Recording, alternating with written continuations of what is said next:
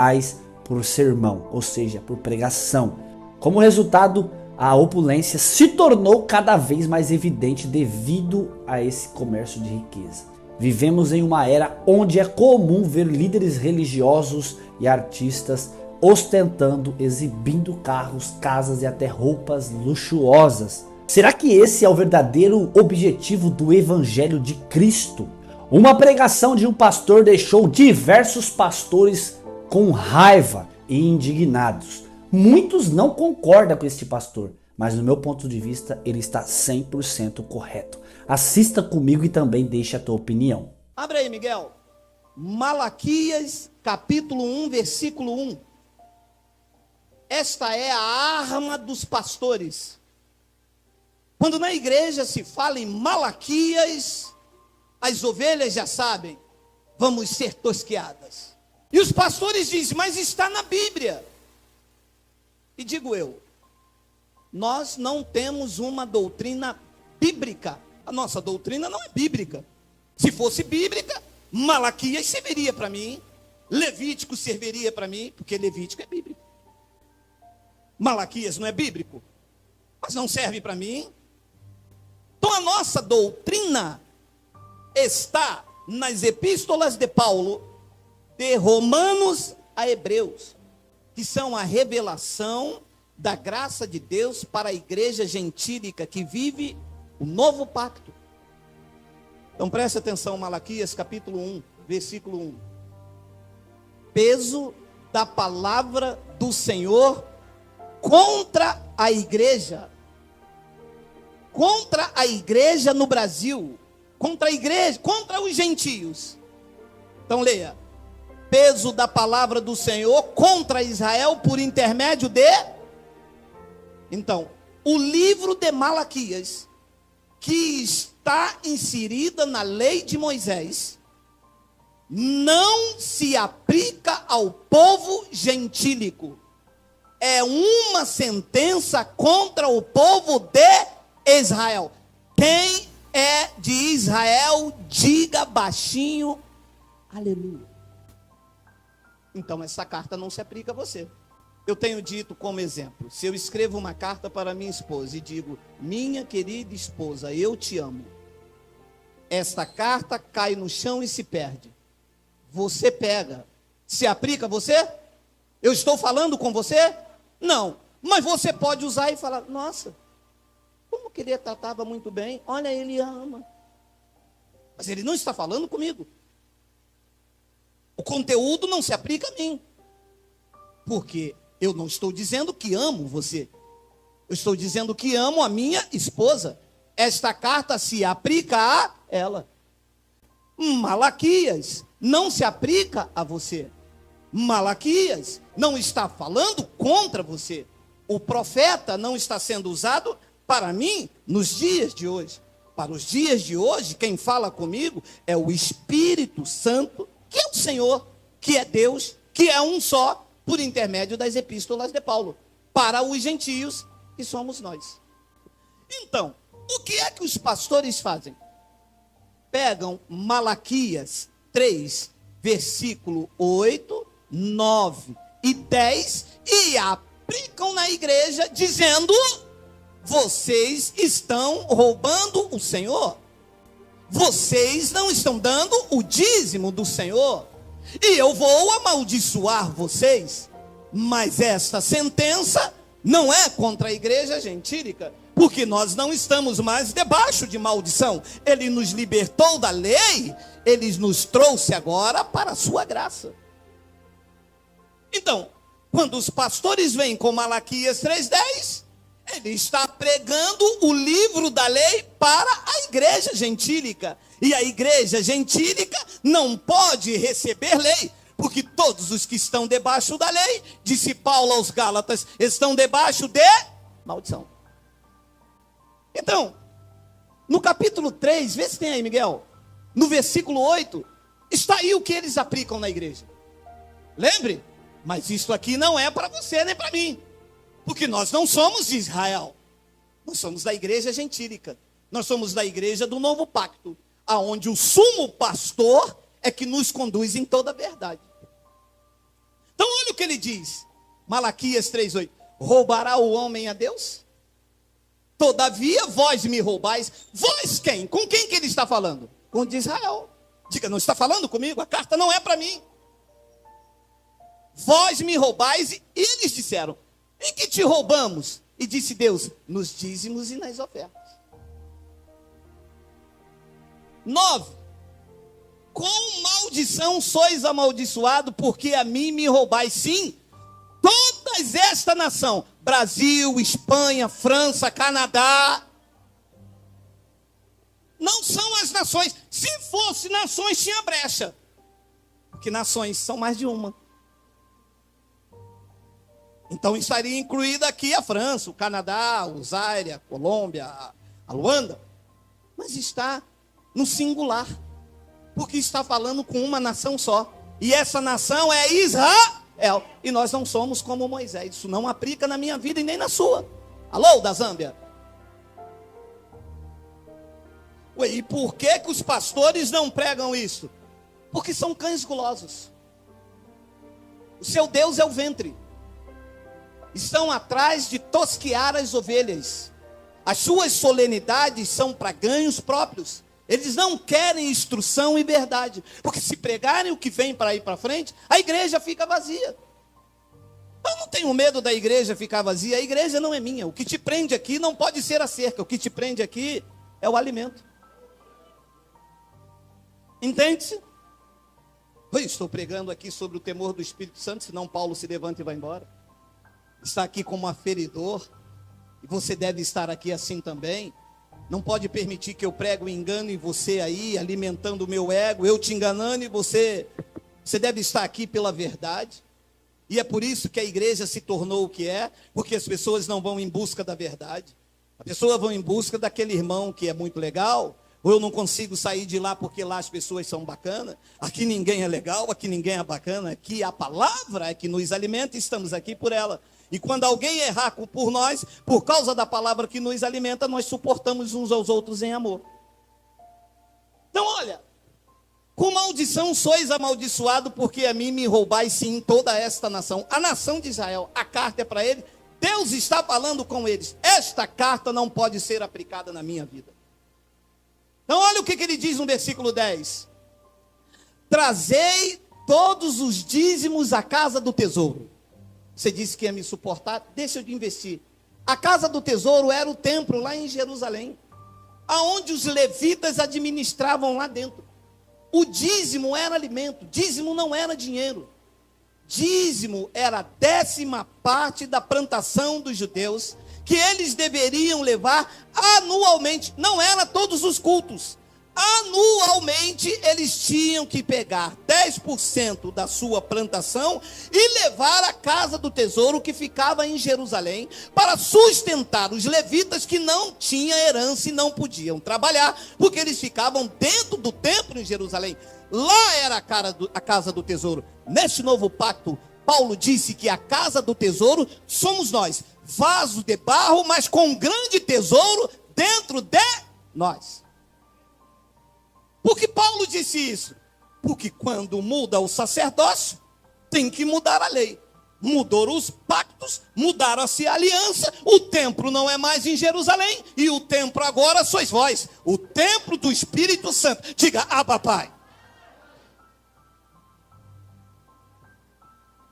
Trazei todos os dízimos à casa do tesouro, para que haja mantimento na minha casa, e depois fazei prova de mim nisto, diz o Senhor dos Exércitos.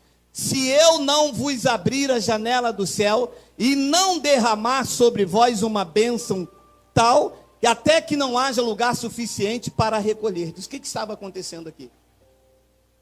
Como eles estavam em desobediência, não levando para os sacerdotes, e os sacerdotes em consequência em desobediência a Deus, Deus cerrou a janela dos céus.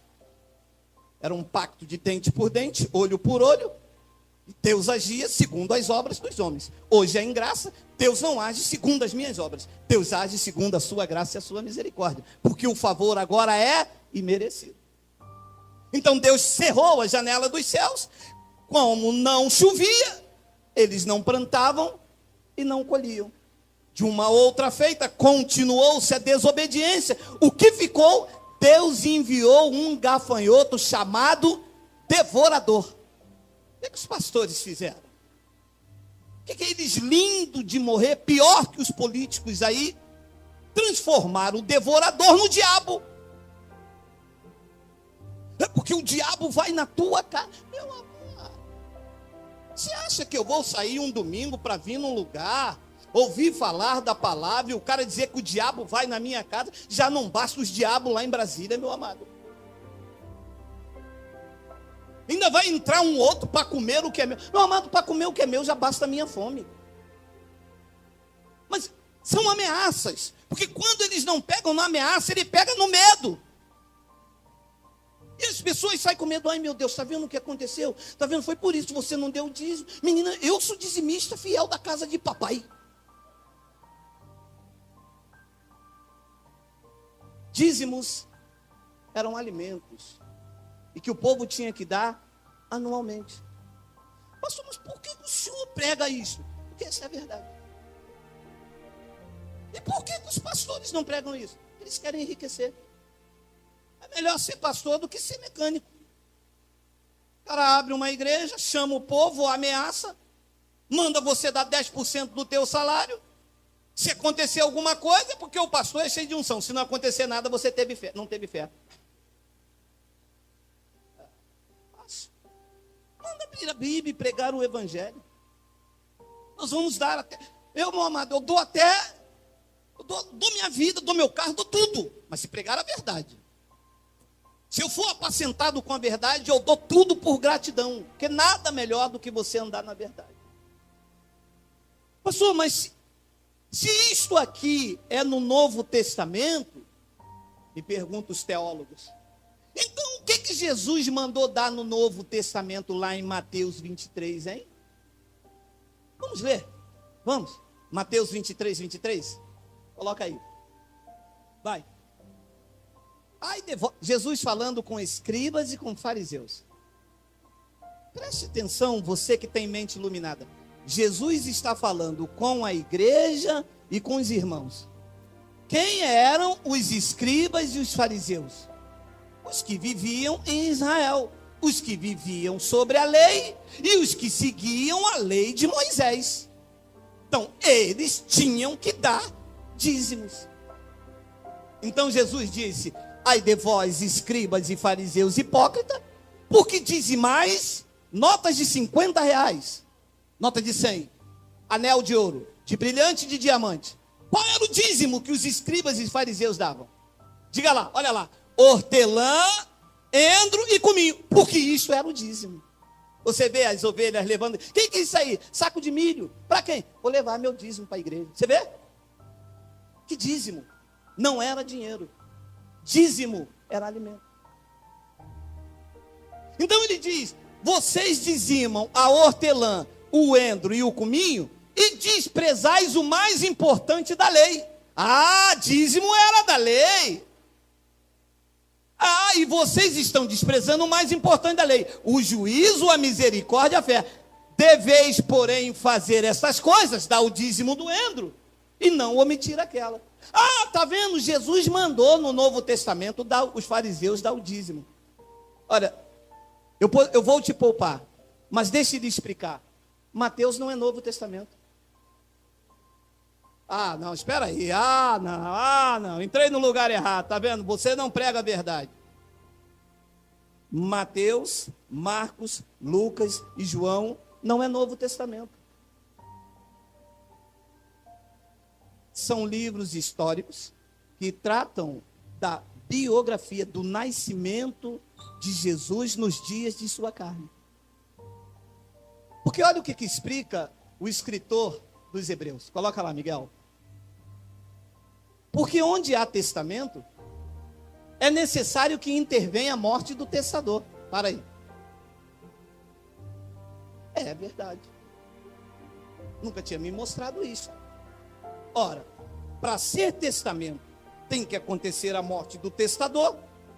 E se o testador está vivo, então não é testamento. Recebe?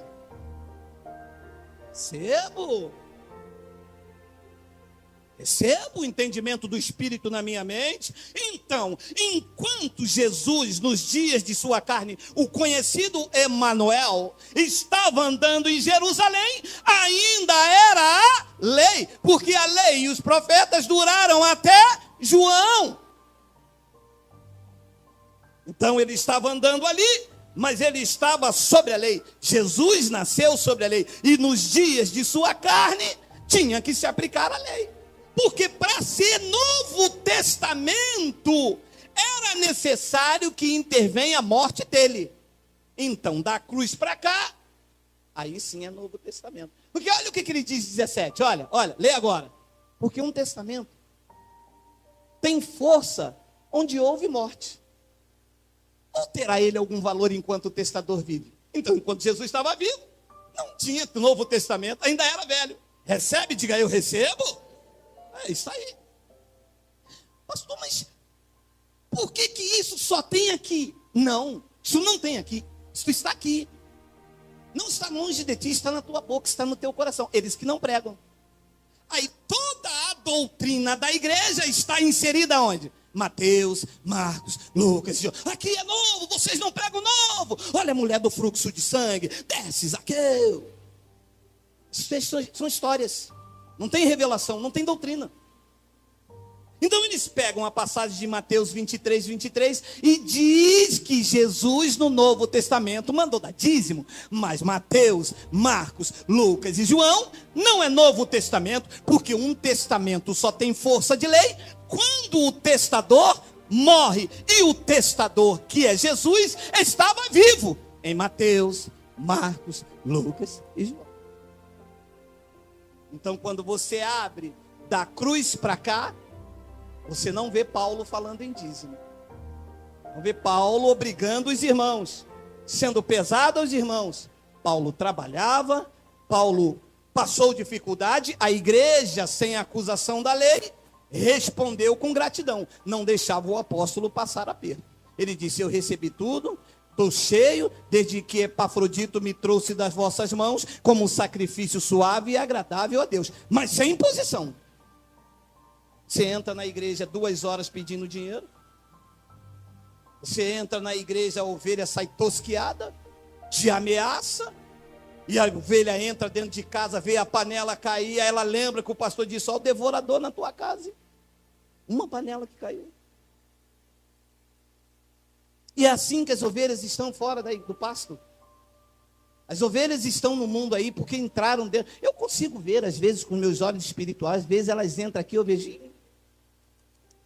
Caramba, olha, mas o cara chega, passou a máquina, nem, porque às vezes eles passam a máquina tem uns que tosqueiam, mas chega, passa a máquina, a pessoa entra quebrada. Com vontade de subir. As pessoas querem ouvir tudo, menos de Deus. Que elas foram tão tosqueadas, tão feridas, só prestaram enquanto tiveram, só prestaram enquanto podia dar, que na hora em que elas mais precisaram, é o vale quanto pesa. Então Deus tirou tudo isso. Então olha, eles usam uma passagem, e eu fico, me suporte, porque isso meu espírito se revolta. Quando a pessoa deveria ensinar a igreja, elas usam expressões para tomar o dinheiro. O descaramento, e até de algumas igrejas em graça, são tão grandes, que eles usam uma passagem que Abraão deu dízimo. E diz assim, mas Abraão deu dízimo, foi antes da lei. Olha só. Hebreus capítulo... Volta, Miguel. Vai, pode ir, perdão, pode ir, vai, aí, ora, sem contradição alguma, o menor é abençoado pelo maior. 8, e aqui, certamente tomam dízimo homens que morrem, ali, porém, aquele de quem se testifica que vive. Preste atenção na revelação. O apóstolo Paulo está escrevendo aos hebreus. Quem são os hebreus? Os hebreus são um povo que vive em Israel. Você vê que Paulo tira a sua ótica dos gentios e escreve uma carta específica para os hebreus. Todo o conteúdo desta carta é para os hebreus e que serve de observação, de conhecimento para mim. Quando Paulo escreveu esta carta, ele escreveu no ano 65. E o templo em Jerusalém só foi derrubado nos anos 70, de acordo com a profecia de Daniel. Então, neste tempo aqui ainda, aos hebreus, o templo levítico estava de pé. As pessoas aqui em Hebreus, olha, carta aos hebreus, neste tempo aqui, no ano de 65, o templo estava de pé e as pessoas levavam sacrifício, levavam os seus dízimos, ainda, porque o ano 70 da profecia não tinha chegado e o templo não foi destruído. Então Paulo está dizendo, aqui certamente, aqui não é aqui em Caxias, aqui não é aqui no Brasil, aqui é lá na cidade dos hebreus, no ano 65. Então eles usam isso aqui e dizem, não, aqui certamente tomam dízimo os homens que morrem, mas ali, porém, aquele que se testifica que, de quem vive, está apontando para Melquisedeque, quando Abraão deu dízimo a Melquisedeque. Então olha o que ele diz no versículo 9, e por assim dizer, por meio de Abraão, até Levi, que recebe dízimos, pagou. Agora preste atenção, você que conhece a graça. Abraão estava representando os gentios, ou Abraão estava ali representando o sacerdócio levítico? Então Abraão não foi exemplo para que os gentios dê dízimo. Abraão foi exemplo para o sacerdócio levítico, que quando Abraão encontrou Melquisedeque, os levíticos não tinham sido levantados ainda, e Melquisedeque, que era Deus, estava pré-anunciando o evangelho da circuncisão a Abraão. Olha o que diz no versículo 10. Porque ainda ele estava no lombo de seu pai, quando Melquisedeque lhe saiu ao encontro. 11. De sorte que se a perfeição fosse para o sacerdócio levítico, porque sob ele o povo recebeu a lei, que necessidade havia logo de que outro sacerdote se levantasse segundo a ordem de Melquisedeque, e não fosse chamado segundo a ordem de Arão? 12. Porque mudando-se o sacerdócio, necessariamente se faz também mudança de lei. Mudou o sacerdócio. Não é mais o templo em Jerusalém. Não há dízimos em graça. Em graça é por gratidão. Em graça não é como eles colocam. É por isso que a igreja da graça não é esse império que está aí, porque o foco não é o dinheiro, não é o vil metal. Deus não está associado a dinheiro. Eu vou repetir, você não vai encontrar Deus se relacionando com o dinheiro neste local. Este é o local de exaltação e de conhecimento ao Cristo vivo. Jesus, quando nasceu, ele nasceu entre os animais.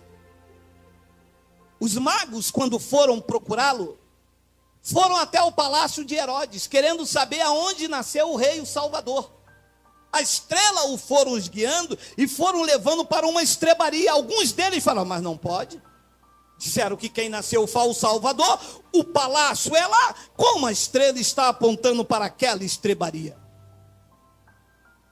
O rei do universo resolveu nascer entre os animais. E decidiu morrer entre os ladrões. Ele poderia nascer no palácio de Herodes, podia ter sido enterrado na tumba de Faraó. Não fez, para que os homens que têm olhos iluminados entendam que a maior riqueza que se pode ter não é o vil metal.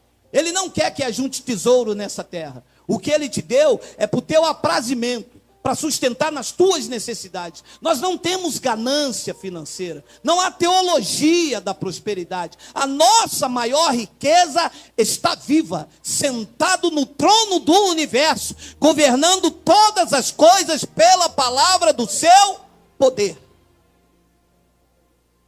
Em graça não há esta manobra, esta sede, esse engano. Olha aí, o Golias vai cair. Olha esse envelope. Tem até um aqui de outro ministério. Olha aqui esse envelope. Toma aí. Não é isto. Não é isto. O propósito não é este. O propósito é levar o conhecimento e libertar as vidas cativas, amarradas, ajudar os necessitados, os aflitos. Esse é o propósito da igreja em graça, somar na vida do outro. É isto que o apóstolo Paulo deixou como ensinamento. Olha lá, 2 Coríntios 9, pode passar por causa do horário, senão eles não me suportam. Olha lá. Agora sim, segunda epístola de Paulo aos Coríntios, a igreja gentílica. E digo isto, que o que semeia pouco, pouco também ceifará. E o que semeia em abundância ceifará. 7.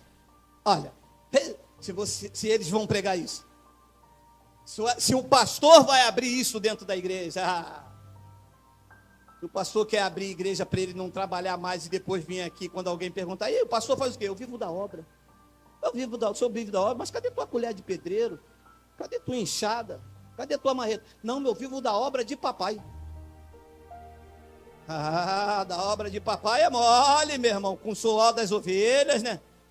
As ovelhas não podem comprar um remédio, porque se comprar o remédio está roubando de Deus.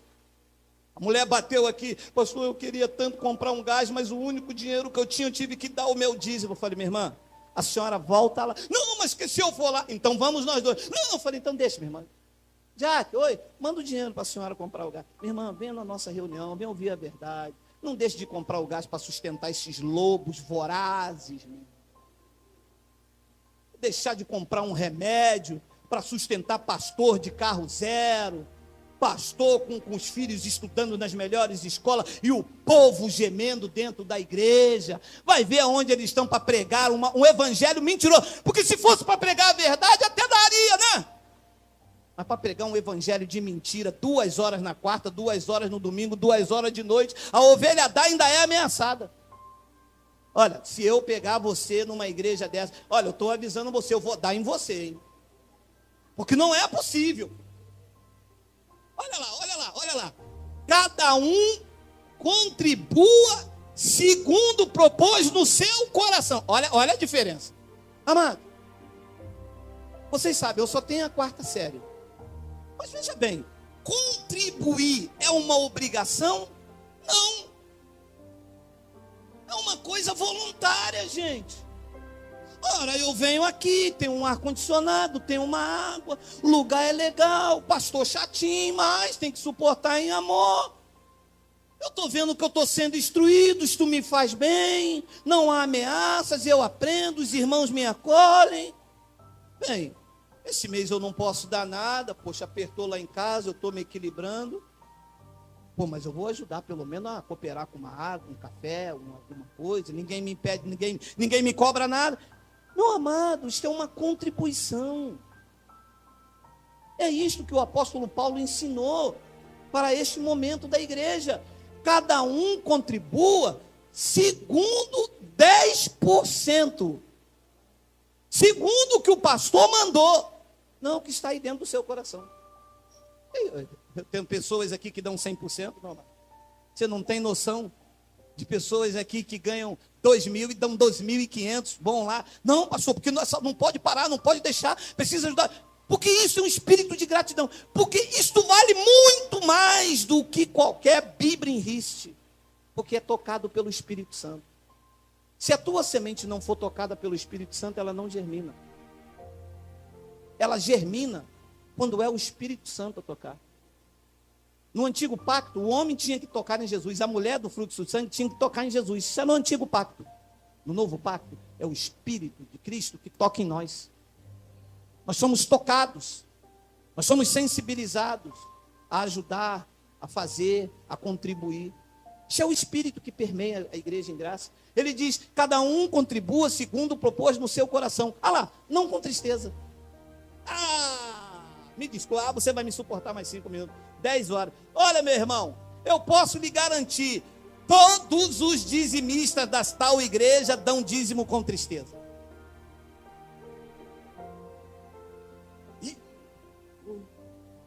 caramba, recebi um dinheiro aí, 3.000 reais, eu vou ter que tirar 300 reais, fazer o quê, né? Está na Bíblia, né? É a palavra do Senhor, é a palavra do Senhor, é a palavra do Senhor. Cara, puxa,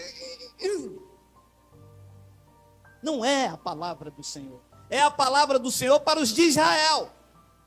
Para nós, os da graça, é esta: cada um contribua segundo propôs no seu coração, não com tristeza ou por necessidade. Por que é que Paulo estava fazendo isso? Porque Paulo, como saiu da lei, sabia que as pessoas debaixo do espírito do dízimo, ou dão dízimo ou com tristeza, ou por necessidade.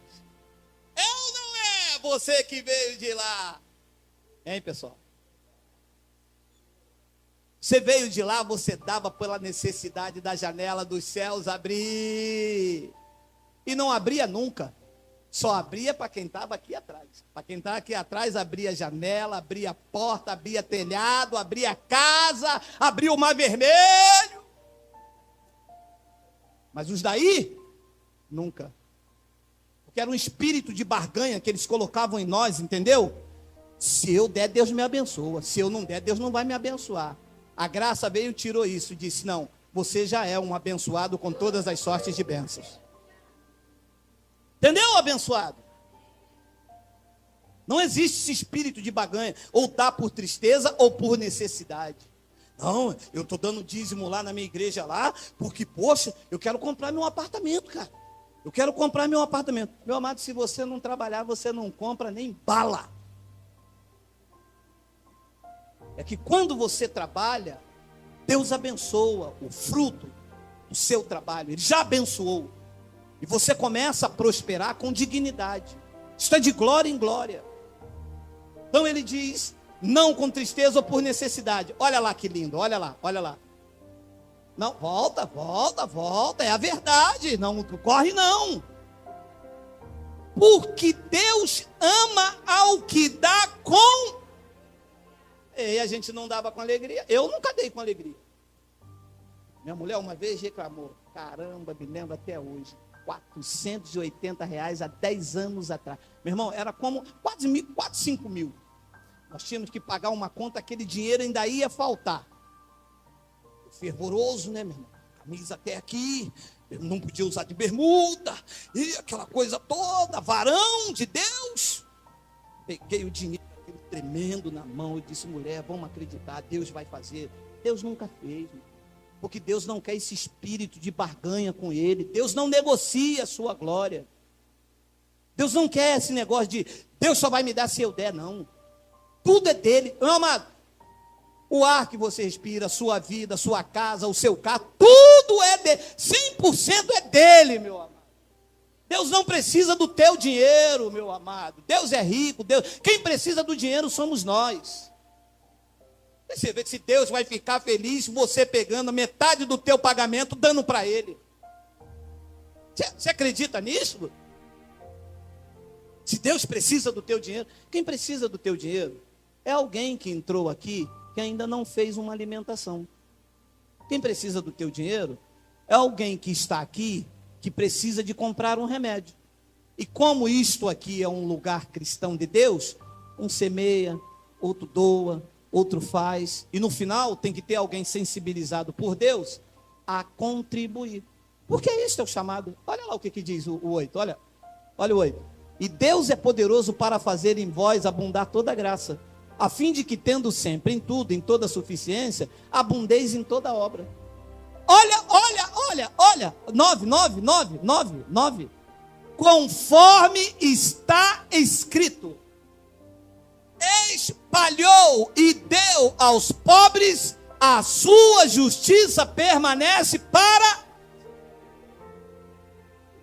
As ovelhas dão, o pastor pega, bota no bolso. A ovelha precisa de um remédio, o pastor diz: a irmã tem pouca fé, precisa orar. O Evangelho da Graça diz: não, senhor. Semearam, você aqui espalha e dê aos pobres, e a justiça de Deus na sua vida permanecerá para sempre. Eu não ando com medo do Temer. Eu não ando com medo de JBS ou da BRF de carne estragada. Há uma justiça de Deus sobre a minha vida. Deus vai me conduzindo em triunfo. Uma boa carne ali em promoção, procura o dinheiro, não tem. Caramba, a carne estava estragada. Deus dá livramento sem você saber, Meu amado, quando você é conduzido em triunfo, todas as coisas cooperam para o teu bem. Nós acreditamos nisto. Nós não estamos aqui com intuito gananciosos, visando o teu bolso. Nós estamos aqui te ensinando para que você saia desse espírito de meretrício, de vendilhagem, dessa barganha que se tornou a igreja evangélica. Ué, mas como que o senhor faz então para pagar a conta de luz? Vem, cara, 2 ar-condicionado, eu vou aumentar agora esse mês a potência desse ar, nós vamos pintar, reformar, nós vamos fazer várias coisas, comprar equipamento. Como é que o senhor faz tudo isso? Pelo Espírito. Se vim 100, eu espalho os 100. A justiça de Deus permanece. Ele faz, eu não sei como, às vezes tem meses que eu não sei como é. Mas nesses 6 anos, nunca faltou absolutamente nada. Nem na minha vida, nem na vida das pessoas que se propuseram a abraçar o Evangelho da graça de Deus. Não há ameaça, não há dedo em riste, não há nome, porque nas igrejas bota assim, quem não deu dízimo, bota o nome, e você não toca mais. Não há nada disso, amado. É por gratidão a Deus, é com alegria. Ele disse, tu espalhou, tu deu aos pobres. Olha, se está escrito, eu creio. Você crê? Você crê? Diga, Abba, Pai. Se está escrito, eu creio. Ele disse, espalhou, deu aos pobres, a sua justiça permanece para sempre. As pessoas estão desesperadas. Eu não estou. Ele me predestinou. Todos os dias da minha vida foram escritos e determinados quando nenhum deles havia ainda. O dia que eu estou vivendo hoje já foram escritos e determinados. Deus sabia que eu iria viver em tempos difíceis, de emprego, de escassez e de roubalheira. Deus sabia, me colocou aqui, Ele tem um controle absoluto. E qual é a minha participação nisso? Ser obediente.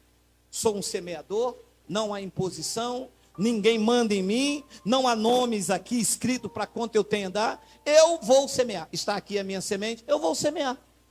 O que eu achei que eu posso. É pouco aos olhos de alguns? Pode ser. Aos olhos dos outros pode ser muito? Pode ser também. Aos meus olhos é o que eu posso fazer. E é a forma que Deus recebe. Porque eu estou fazendo com alegria. Não estou dando por necessidade, em Deus me dá algo. Deixa eu te dizer, me desculpe. Você não entrou aqui, você não veio atrás de bênção. Porque você já é um abençoado. Você não veio atrás de prosperidade, porque você já é próspero. Você não veio atrás de milagre, porque o milagre te acompanhou. Você não veio atrás de cura, porque tu já és curado. Você veio para agradecer. Você veio reconhecendo que sem Deus nós não podemos nada. Amados, nós cristãos devemos estudar e buscar entendimento nas Escrituras Sagradas. Quando descobrimos a verdade, nos tornamos inabaláveis e nenhum desses falsos líderes